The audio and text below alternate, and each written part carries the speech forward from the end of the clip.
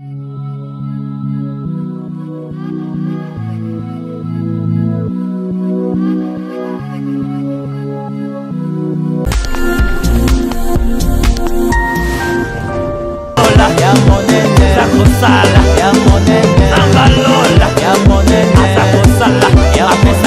balandi nyonso ya Congo Sous Télévision bino ba nyonso bozwi libako malamu ya kolanda biso na kati ya émission na bino Vérité des Écritures.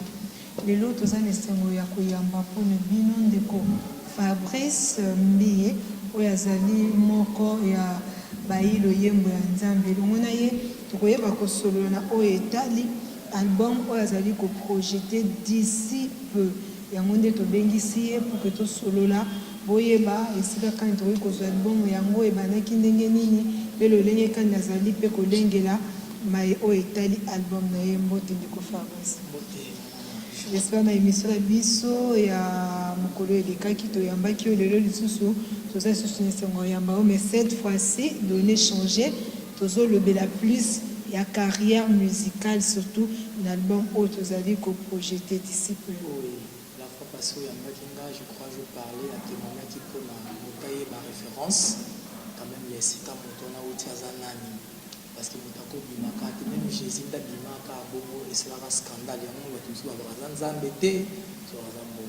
Il faut avoir une source, et c'est comme Moutawoti, pour qu'il ne va pas considérer cette fois-ci tout le Benassikolo, les albums Nanga, quel est-il aux Obima d'ici là, déjà à Lubumbashi, et commis déjà Kobeta.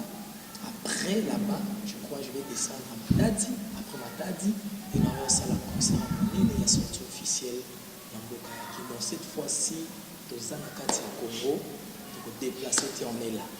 Merci beaucoup. Quelle heure est-il? C'est une question. Jésus, la Bible nous dit, Jésus vient bientôt. Et bientôt nous attendons. Aujourd'hui, notre frère Fabrice nous demande, c'est une question, je ne sais pas s'il demande à Dieu, s'il nous pose à nous cette question, je ne sais pas, mais tout au long de cette émission, ne nous quittez pas, vous allez comprendre le pourquoi de cet album, quelle ère est-il. Mais avant tout, nous allons commencer avec une prière, c'est un serviteur de Dieu. Tout ce que nous faisons, c'est pour le Seigneur. Avant tout, le frère Fabrice, une petite courte prière pour nous permettre de produire notre numéro d'aujourd'hui. Merci. Nous sommes en Europe, en Amérique, en Asie, en Afrique, en Océanie. Alors, prière pour la prière où je sais que Dieu va passer dans ta maison. Dieu va te visiter, toi et ta famille et tes enfants. Yango na simbi opesi kozali okangamis tobondela elongo. Tendre Père, Dieu de gloire, Dieu tout-puissant, le Maître suprême, le souverain qui est au commencement et qui restera toujours dans nos vies. Seigneur, nous te bénissons pour ces grands moments que tu nous as donnés, moments agréables avec toi dans ta présence. Seigneur, nous voulons que toute parole ezala lisakoli édifier bana na yo émission oyo nzambe ezala émission moko tokoloba mpona ntina na yo mpona baintere na biso te. Seigneur, voilà pourquoi natiki bandeko nyonso bolanda émission na maboko na yo bazala na Afrique bazali na baproblème ya kobota, problème ya kobala, problème ya mokanda, bana batungisaka na maladi, baproblème mpaka na songolo oyo nayebi te. La Bible dit ta main n'est pas courte pour agir, ni tes oreilles sourdes pour attendre. Seigneur, écoute mes supplications. Prête l'oreille, Seigneur, à mes paroles. Nous voulons que tes enfants qui ont des problèmes, au l'émission, pour soutenir les botana, pour sali na yo, bango nyonso, bazo solution, bazo biyano na mituna na bango dans le nom de Jésus. Bénis ton peuple, bénis les corps de Christ, bénis tout le monde, bénis ma famille. Dans le nom de Jésus-Christ, nous t'avons ainsi prié par le nom puissant glorieux, que le bonheur et la grâce nous accompagnent là où on est, en Europe, en Afrique, en Amérique, partout, dans les églises, que nous avons à part de la Bissau, dans le nom de Jésus-Christ de Nazareth. Amen. Amen. Merci beaucoup. Là, nous venons d'être bénis par la prière de l'homme de Dieu. Et là, nous allons parler de l'album Quelle heure est-il? Quelle heure est-il? Ok, quelle heure est-il? C'est le titre de l'album. de notre frère. Je ne sais pas. Frère Fabrice, quelle heure est-il? C'est une question que vous avez posée à l'Église, c'est une question que vous avez posée aux fidèles, c'est une question que vous posez à Dieu. À qui vraiment cette question appartient? La Bible dit, en réalité, à l'homme, c'est l'esprit. Et d'autre part aussi dans la Bible, on parle, on dit, c'est poussé par l'esprit que les hommes de Dieu, c'est pas tout le monde, que les hommes de Dieu parlent de sa part. Donc, c'est-à-dire, tant que quelle heure est-il là, ce n'est pas le frère Fabrice. Et tant qu'en réalité, en moi, c'est l'esprit de Dieu. Il y a une qui inspiré le Coran. Donc, tant qu'inspiré, c'est-à-dire, que ça est-il pour nous, nayo, nabande Coran. Donc, à poser une question, nayo question.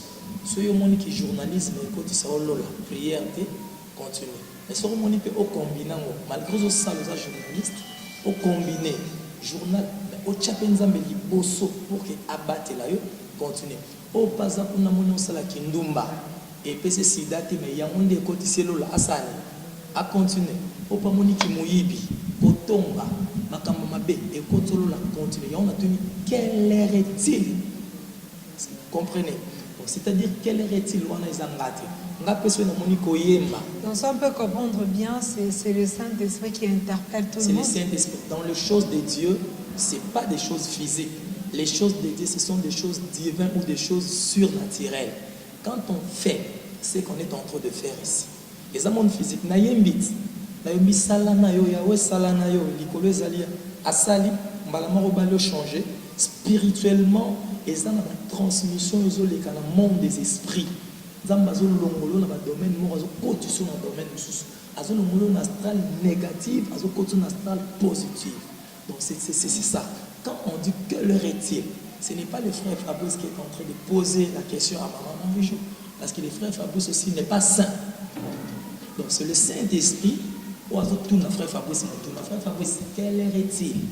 Donc azo ta lisanga ke tango ekoki soko tanga ka Bible ebi ke nde tango ezokokana il faut na tambola bien na tout ça va commandement parce que tant qu'on a battu entre Lola et l'Ifelo. Laisse-moi vous dire, le paradis existe, le ciel aussi existe. Allons de l'heure Ngonga na Lingala. Interprétez-nous, quelle heure est-il? Quelle heure est-il dans le Bible? Ngonga nini to komi. Ok, to komi Ngonga nini. Ok, c'est ça. Référent, maman Marie-Jo, tout c'est référé dans la Bible, dans l'Apocalypse. Balobi na tango souka. Bana ba okuna batombo bakoma ba biyema moko ya bizarre. Lelo ba ujana awa bimi e utiwa. Balobi au monde ba rebelle ba bina ba église. Lelo na ba église pasteur anyo komi pona battre la bino à transmettre bino o ya zalena. Mais potika la o sala no sala na kati ya église wana yo kei o sala église o changer combo. Lelo na ba église mukolo zo bitala même na tango akala. Ezalaki zo kaki Simon Kimba. Ozoka William Branham, Ozoka Osborne, Ozoka Aïdaoussa, Ozoka Eddie Nabal. Aujourd'hui, tu es dans l'église. Tu n'as qui est le père spirituel de l'église en RDC. Azate Moutoulom, tu as leader na. Et ça va signe de la fin. Dans la Bible, il y avait une personne pour Azaki na au-dessus, Azaki na. Apôtre Pierre. C'est apôtre Pierre. Apôtre Pierre et comme Paul.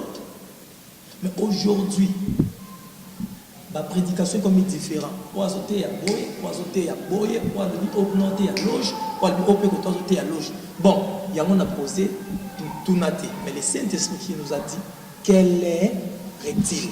C'est une question que le Saint-Esprit nous pose. Donc, la question est pour moi et pour vous. Et pour moi aussi. Et c'est la question où ils ont pour la montagne. Ce n'est pas que s'approprier. Oui. Quelle heure est-il et comment? Pour la bâton sous peut-être la compréhension. Moi, c'est bon le bilan. Non. Le Saint-Esprit, ce que le bilan a le rapport dans mon côté. Quand il parle, c'est pour tout le monde. Et on est pas opposé à cette question. Quelle heure est-il? Ce qu'on doit répondre. Moutuna moto répondre encore na se repentir sincèrement. Pour avoir le rétablissement, il faut se repentir sincèrement. Donc c'est-à-dire, tout le monde est dans l'ango. Ceux qui ont mon ami pasteur, on dit qu'ils ont comme une loge, zongela Jésus. Bientôt, enlèvement. Ce que mon dit que bande ko sa ki ndumba, bongola motema, olepesa o sida, so bongola motema ozwa sida te, Jésus o yambo. D'ailleurs, albi venez à moi tout ce qui est chargé, fatigué. Je vous donnerai du repos. Au sali ki ndumba, o yiba, o teka ba drogue, o sala ba mobele, zongela Jésus. Yaka yonto bi quelle heure est-il et ça pour nous réveiller conscience et bateau basa distrait. Frère Fabrice, pardon. C'est ça. Oui, vraiment eza mutuna, eza peu pertinent. Quelle heure est-il? Et où tu es qui n'ont nini? Parce que et puis bah titre moussou c'est ça au 20 au raisonner qui est à la bongo. Et comment vraiment oser là qui titre wana pour côté album Mubimba et au le belango quelle heure est-il? Na potana na zwa album ya papa de Ningoni. Nathalie album ba Kombo na Nyos. Na zwa papa le Moloto. Nathalie ba titre ni na zwa ya titre na ba pesa. Na zwa solution le Saint-Esprit interpellé to kota prière. To kota prière pas na na galerie. To kota prière à 3 jours na groupe grâce mais tant to koti prière. Zamba yo révélé biso quelle heure est-il?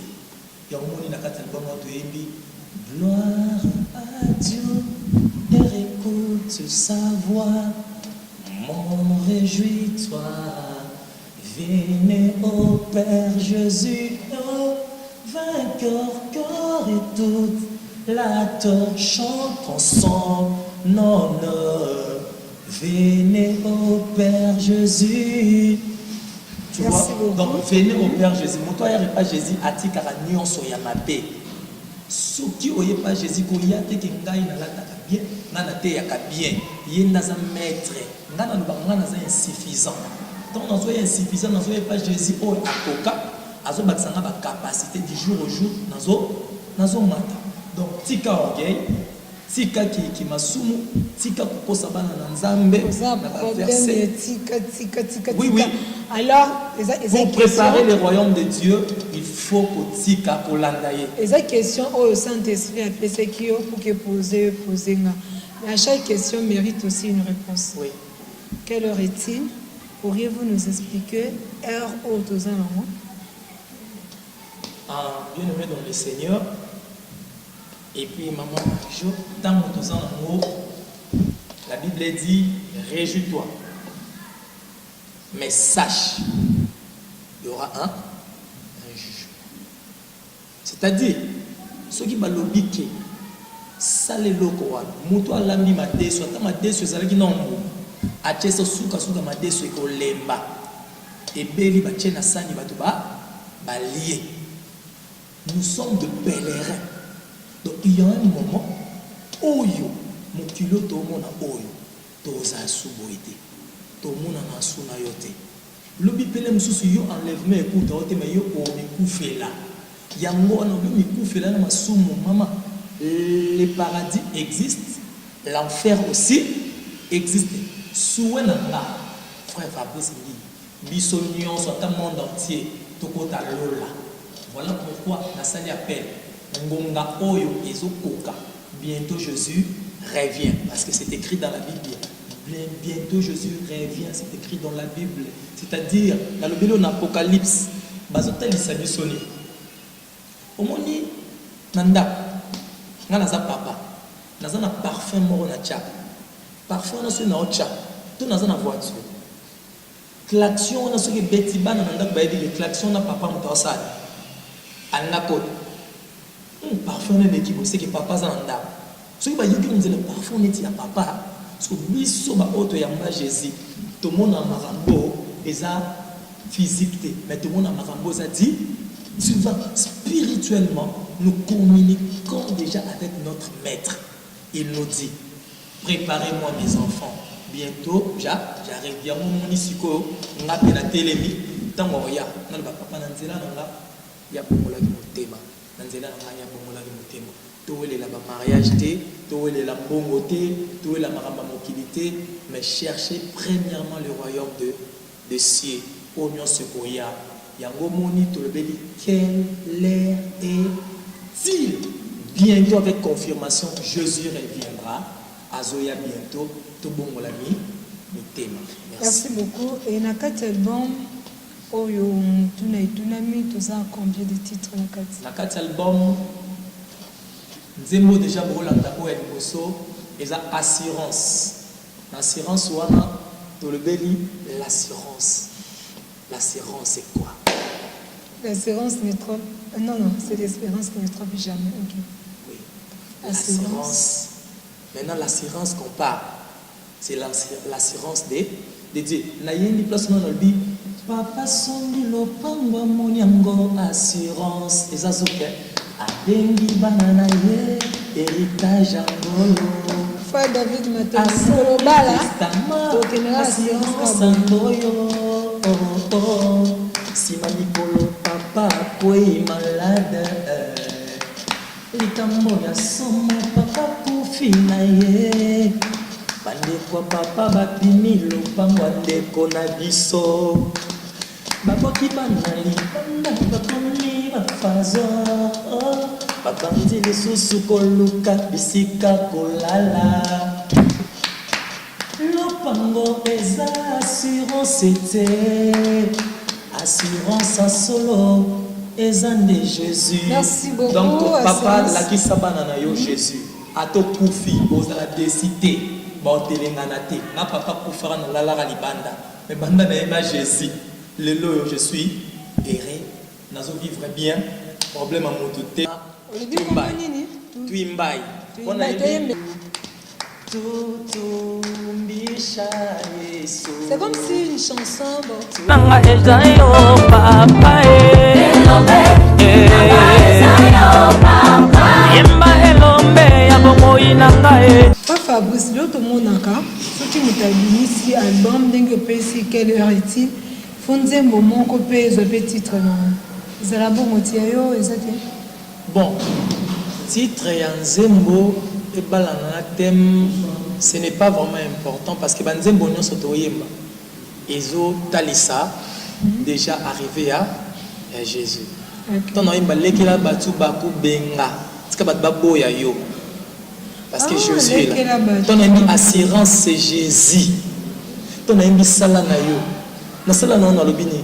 Ngai pamona nga pamba libote sundola nga mbia lala libanda batamokili babenga nga fazere Jésus lokota kinga lelo nakoma montali ima zamba flora musiteke yawe sala yo ya lematko yawe sala na yo sala yo yawe sala na yo likolo ezali ayo papa ça tu vois ce que Banzembo ngwezela kikandebo. Bakisaka malubana. Tu bats exemple bien dans le lobby tant to beta musique et libre la inspiration. Ce que moi nous avons beta musique a comme ko somba. Ata so Nzembo to yibi Nzembo batu ba benga ki était na ministère wana. Ils sont mon pasteur azana mate. Émission na biso de kaki muto me ko yiba Nzembo wana c'est bon mango bayo kango trop tete. Daniel Betela Yesu Meloti. Jésus, il a Betela Yesu Bas. Merci, ça relâche Jésus. Samba Lola, ya monene. Sako Sala, ya monene. Samba Lola, ya monene. Sako Sala, ya pesaka ya dikiete. Ya monene, kaka ya monene. Ya libala na yo ya monene. Ya monene, na yo ya monene. Ya libaso na yo ya monene. Classe na yo ya monene. Ya monene, na yo ya monene. Ya monene, ya monene. Non, rappelez que peut-être ba mususu ba balana ki te so OK. Autant na numéro que ça qui moi ba jour et maman Marie-Jo pasteur na église maté esili a terminé l'église azoy ba susteloni na te pasteur accueilli abengi pasteur a Toms maté esili abengi pasteur Ken et qui na mona maté ya noté à jour wala pasteur aza pasteur ni pasteur a Toms na zana maté ezanga raite pasteur Ken Matereza ngaraete yango pour mon muto nzamba bengi na ministère ya chant nzamba fois PC professeur oko vendre boîte zaki na douche le but ozaki na ndeko na otanga kombote na taxi na ville na komo improviser nzembo abinzembo libeta ma déjà na beta mate d'autant nzamba bengi na ministère wana nzamba otika jamais niti ba musicien mususu chrétien akende kosomba nzembo et pas mutu moko boye mutu wana atsalaka banzembo atekelaka même bato wana banzembo yo pe ayasa nini atekelo nzembo aussi car la parole peut changer on dit likambo komoni plus bino ba oyo bozali komi bengete bino de ba musicien chrétien donc bon memeli biso leur moko ça que aujourd'hui ça banzembo mususu même si on va na katanda tu chantes une chanson moza et ils ont bien apporté ta présence en Zambie.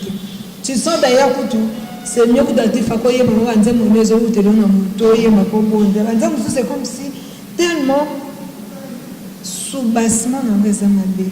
Nous devons faire makaya, nous devons faire bien yesuté. Mais avant de composer, on dit ma pesio après bani Yesu. Na mayele na ye. Yesu. Na mayele na ye a pesio yo osanini. Parce que l'inspiration n'est un impact. L'homme, la Bible dit l'homme donne que 5 ans. 5 ans. Si nous avons a automatiquement, tant on il faut ça là, quelque chose. On a ébissé que maman, Naza a un Kinshasa, mais à Lubumbashi, il y a des dégâts. Par rapport à quoi? Il y a des chansons audio, pas clip nanté. Tu vois? Donc c'est-à-dire quoi? Banzembo est inspiré. Tel Banzembo na yembi ya muke, na yemba ki la fois passée ya muke, et tikala ki ona, le lot rappelé na mene busonga na mutu, et ça là qui était, c'est-à-dire pour comprendre que ils a inspiration. Merci beaucoup de l'équipe na 4e titre la mission. 4e titre, ezali yeselonga nanga. Ha, kuna na yembi ni. Utayokota katsinanga kinya ya libela. Jésus yokonza na motema na ngai lisapo échangea maloba ya banguna na ngai ekongwana maloba ya récite l'opposition s'échange en soumission Yesu yonde elonga motema na nga nangi yozomisa siko place otoyemba na yozomisa kaka boye Yesu elonga na nga est-ce que tokoki David bon tekeka yonde elonga motema nanga eselongana olongola na motama sumu okomisanga mosantue yango tika na yemba tika na tombola kongwa bozambe identité ya kala lelo na koma identité ya sika nzamba na laka akufaka te o kino oyo ya lobi papa ekokisama Ah, merci. Mais déjà la façon oui, Nanzembo na yemba parce que na yemba na adorons l'Éternel. Nanzembo na yemba yango pour na honneur. Pe ya isika papa le moloto azali parce que akufite azali alali.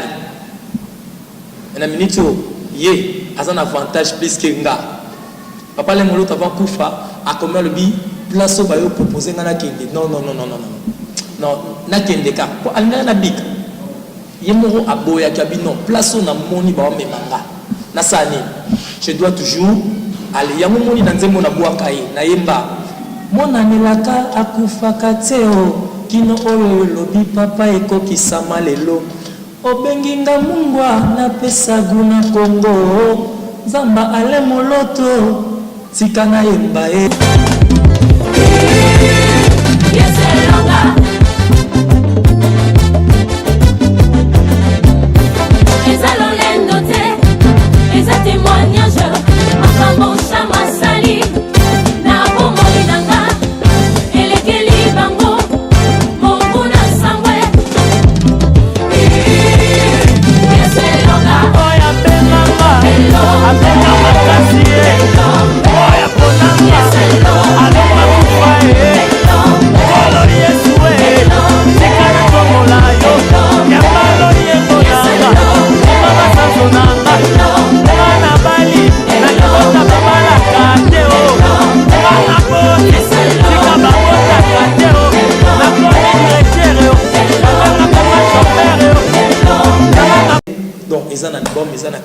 Pour eux, quand on est à quatrième titre. Ça va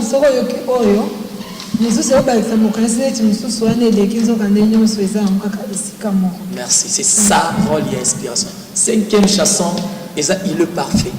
Au moins, dans cette émission, nous bien Batu bazanga te bolba dans cette émission na andota la frère Fabrice bazanga même si le frère Fabrice n'andota là voilà ce sont des tobija et des ambales hein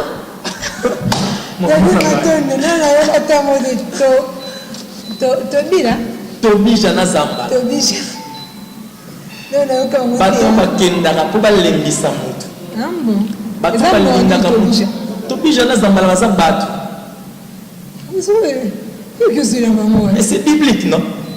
Donc continue l'histoire on après Tobi jana bazambala bango ba ndotala ba ta l'émission te me votre jipo na la tête yépé costume on la tête donc bango ba landa makamte ba ye on pour bastani ba juger tu vois de yong na lobby na 4e 5e titre na yembi na lobby ezano lengote eza témoignage makambo chama sali na bomoi na ngai elekeli bango mungu na sambe yesu elonga eza lolendo te eza témoignage makambo chama sali na bomoi na ngai elekeli bango mungu na sambe yesu elonga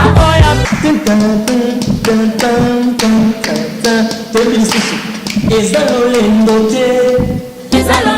te eza témoignage elekeli bango makambo chama sali elekeli bango na bomoi na ngai elekeli bango mungu na sambwe mungu na sambwe yesu elonga yesu elonga mais na wololi muninga te est-ce que comprendre munguna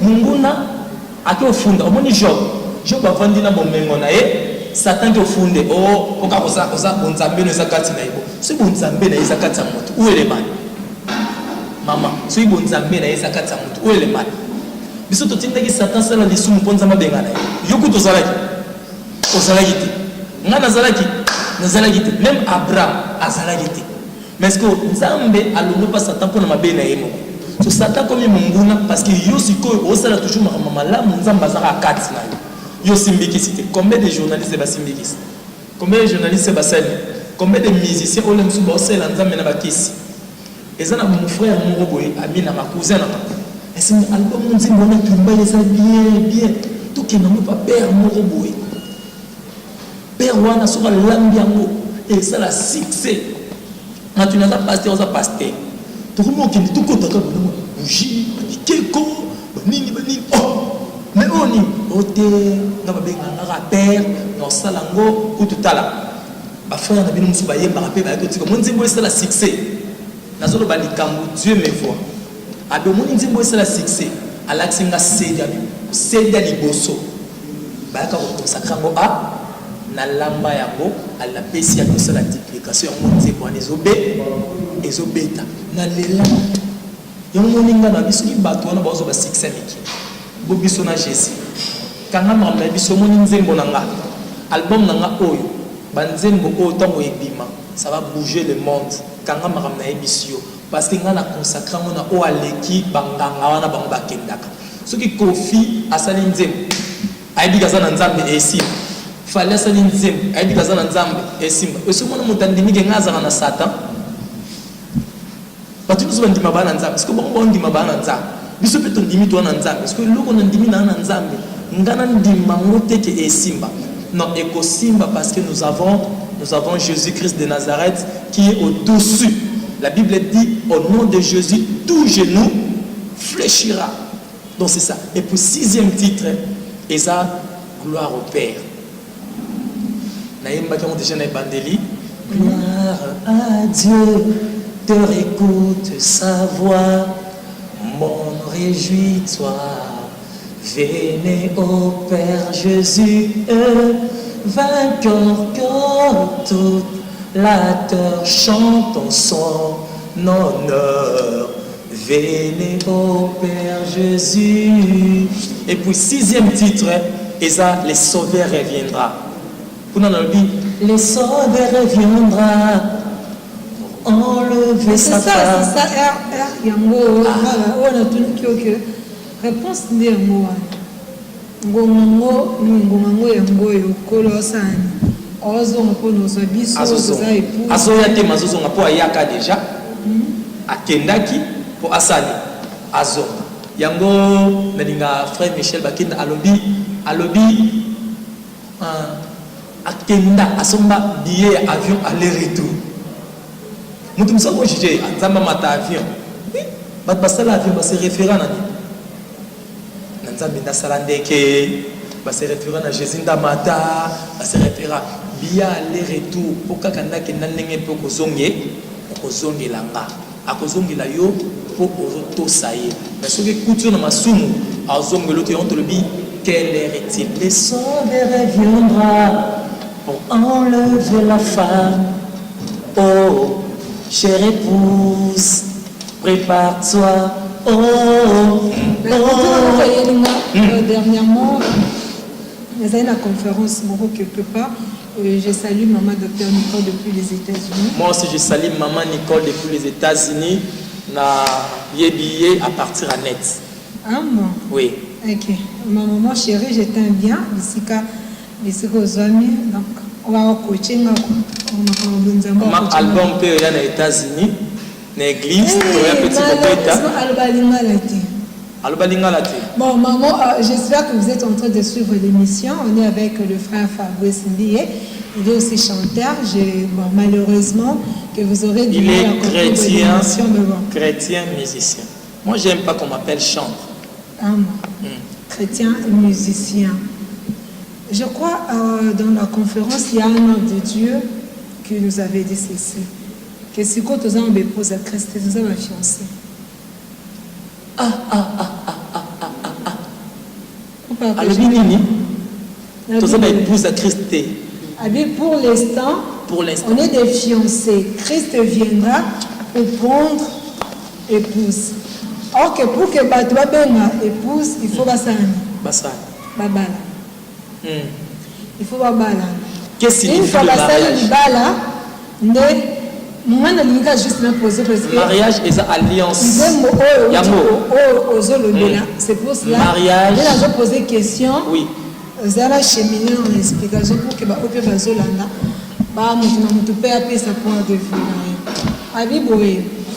je dis, j'ai été dans une conférence où un serviteur de Dieu a bandé qui coupait ses explications. Il a dit ceci, que nous sommes des fiancés pour l'instant. Au moment où on parle de l'épouse, c'est quand l'époux vient et ça n'engue osana na polémique aux fiancés na yo une phobie famille bandimi que oui to komi ba fiancé bokomi ba fiancé étape au bozali ko vivre une étape ya fiançailles et ça étape ya batumi balé ko sani ko yebana so mo moni que un jour ça ne va pas c'est-à-dire mutunta sani parce qu'on sait que le fiançailles ce n'est pas le mariage, c'est juste une étape.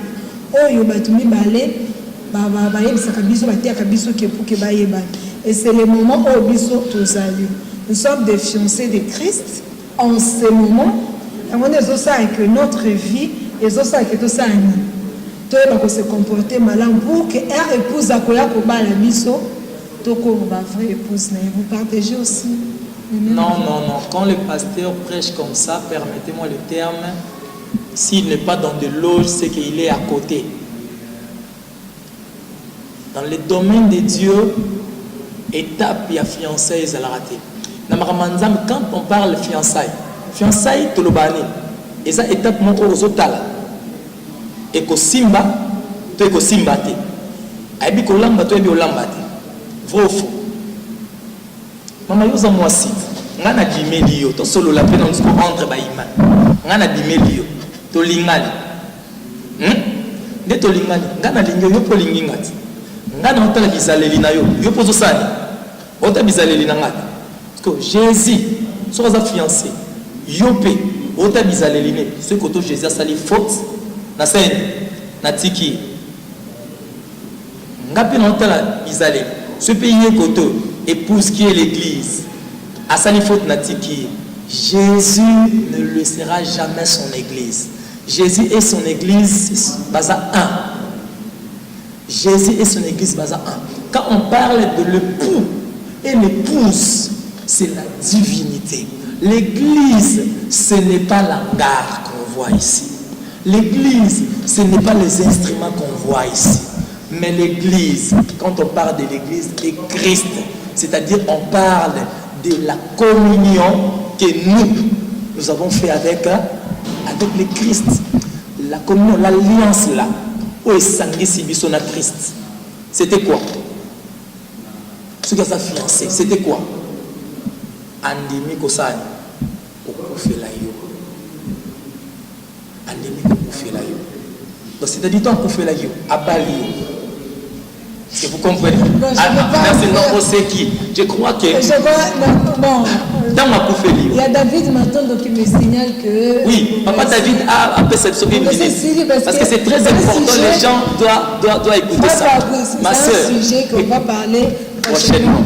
Merci. Invitez-moi dans mon assiette. Parce que j'aime bien partager de ce sujet. Merci, mes bien-aimés dans le Seigneur, tel que tu es là, aux fiancés à Jésus.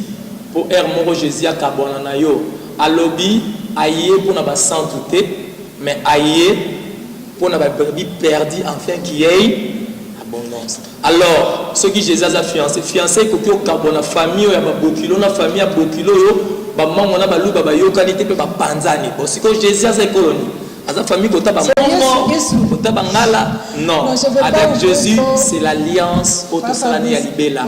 Je ne veux pas ouvrir trop de parenthèses sur ce sujet parce que c'est un sujet qui est très capital, je crois bien prochainement, même vous qui le suivez, aux pasteurs, c'est un sujet très capital. Sommes-nous déjà des épouses ou sommes-nous des fiancés?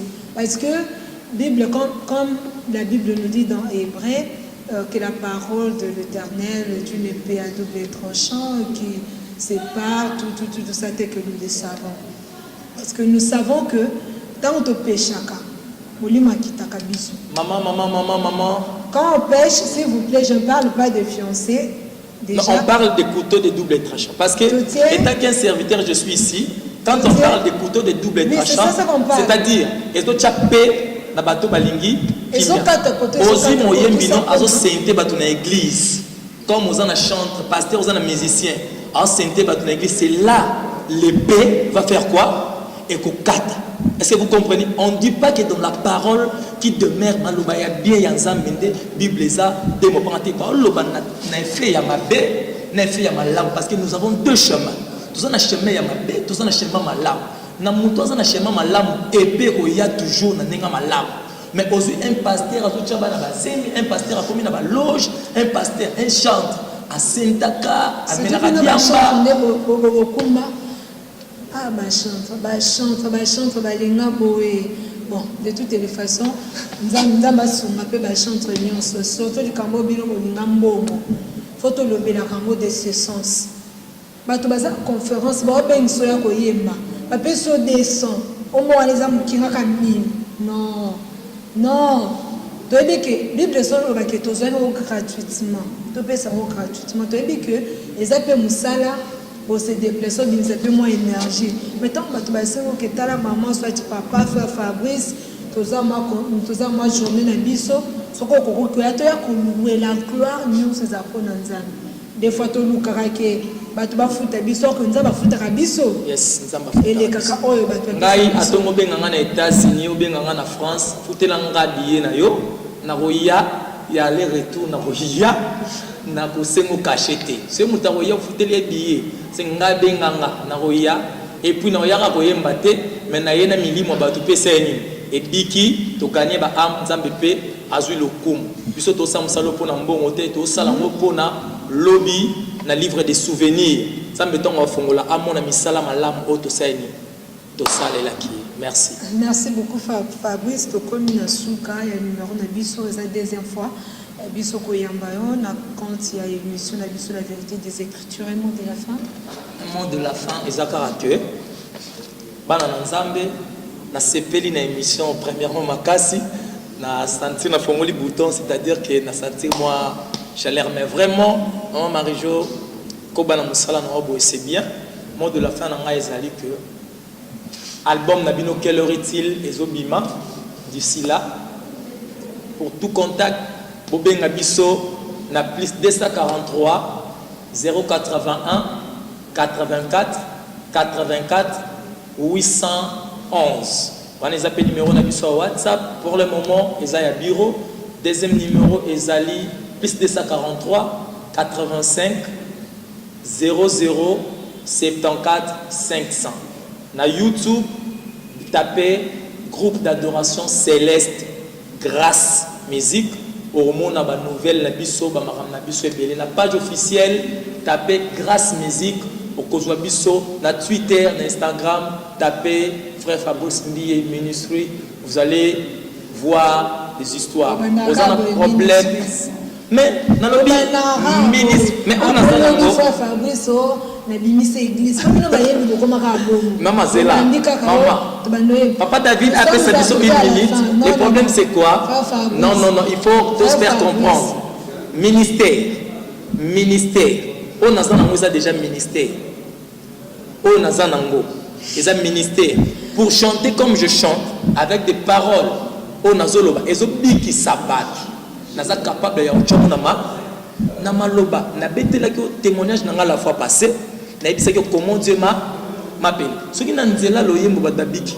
Ce qui est la prière, tout à l'heure, tu sambeli, on a commencé à prière, tu sambeli ensemble, dossier n'a pas qui boue, la sueur. Nous sommes le bangaï, nous avons un problème, mais le lot, à tiki maramba kolanga, toyo kabatema. C'est-à-dire, nous avons un ministère. Il pose un ministère.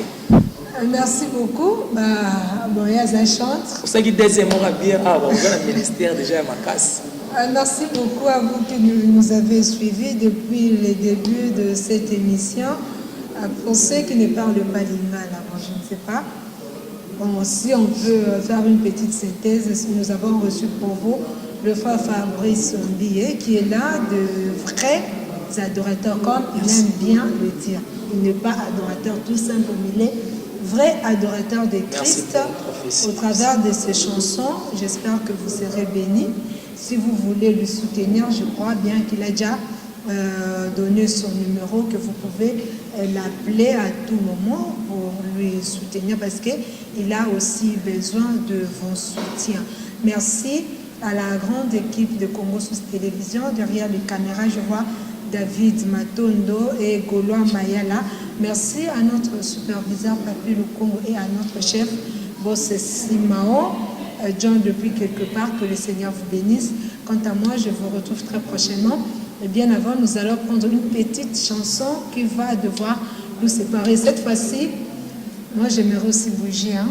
C'est vrai ça. Oui. Là, nous allons danser avec Il est parfait. Là, j'en profite. Mamie, en Suisse, Micheline, Michivadan, Afi, Géraldine, Baïget Ngalula, na RDC, pasteur Nyons, pour soutenir Abisso, apôtre Fofana Poyo, apôtre Oseni, apôtre Rosama, Nyons sont Zambé vraiment, Apambola Binopuna, soutien pour Bananion soit grâce musique, et puis Congo Suisse Télévision, Obozo Yambabisso, na ba surprise Nyons Solibota Nzambe, Zo Bika Nanzela Nabino, Nzambe, pourquoi pas à multiplier Congo Suisse et comme à par-ci par-là. Dès que vous machito, il va que monsieur Ezakuna. Dès que vous êtes monsieur Ezakuna. Comment est-ce que tu as David Matono? Donc, il faut que tu faire vivre en live. Ah bon, nous saluons. Je vous aime bien. Là, je vous aussi ma grande sœur chérie. Je t'aime bien, ma grande sœur chérie Malou Josso, ainsi que son mari. Je vous aime bien. Nous allons prendre la chanson. Il est parfait. Il est parfait. Même si, bon, on a un refrain. Il est parfait. Ok. Il est superbe. incomparable papa, son nom c'est Emmanuel. Yesu elonga eza lolendo te, eza témoignage ya makambo charma sali na bomoi na ngai elekeli bango Mungu na sambwe. Yesu elonga oya ponanga elombe elombe ya benanga elombe mobaloyo mopunzi molonge.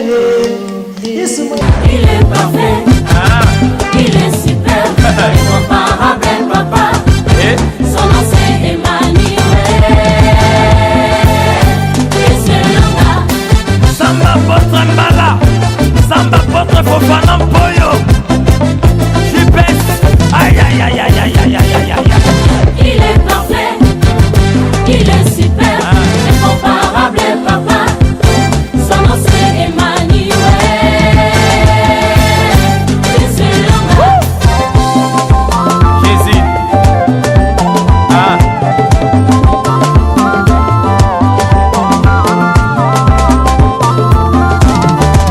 Il est parfait. il est parfait, il est super, incomparable papa, son nom c'est Emmanuel. Yesu elonga Elombe nanga eza yo papa elombe nanga eza yo papa, yemba elombe ya bomoi nanga za kombalo yaka elombe nanga eza yo balobaka bakobala te zamba apotre mbala apesanga feza ngoya o baprofeta bala batiaki tembe na nzamba elie moto etumbaki bango motu na makita na bango bakolonga te o tosimbama na Jésus ngoya o elengo oyo Davide akweyisa engambe Goliate o oyo nde somo ngoya o yemba elombe nanga eza yo papa eza ya mapeka te ngoya o ya solo elekeli bango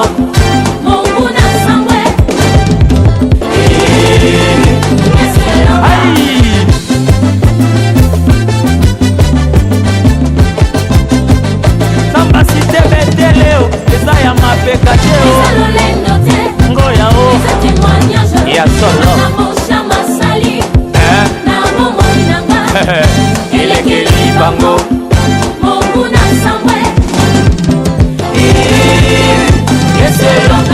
alongolanga makambo omona oya mponanga alongolanga na makambo omona zamba lola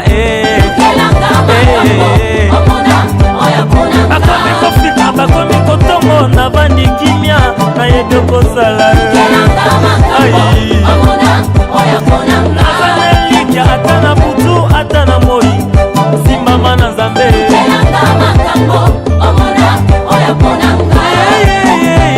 olekumunza koba elema yozala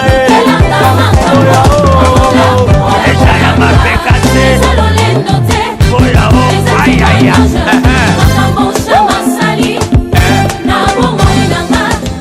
elekeli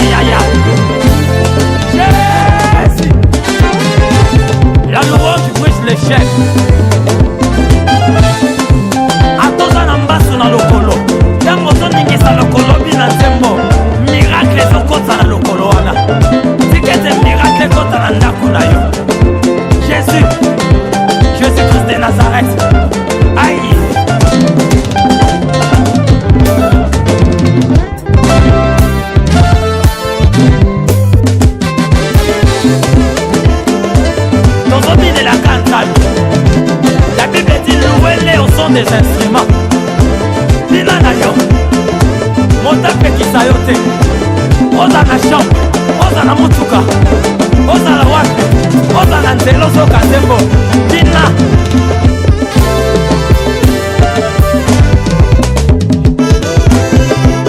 ozobanda anasi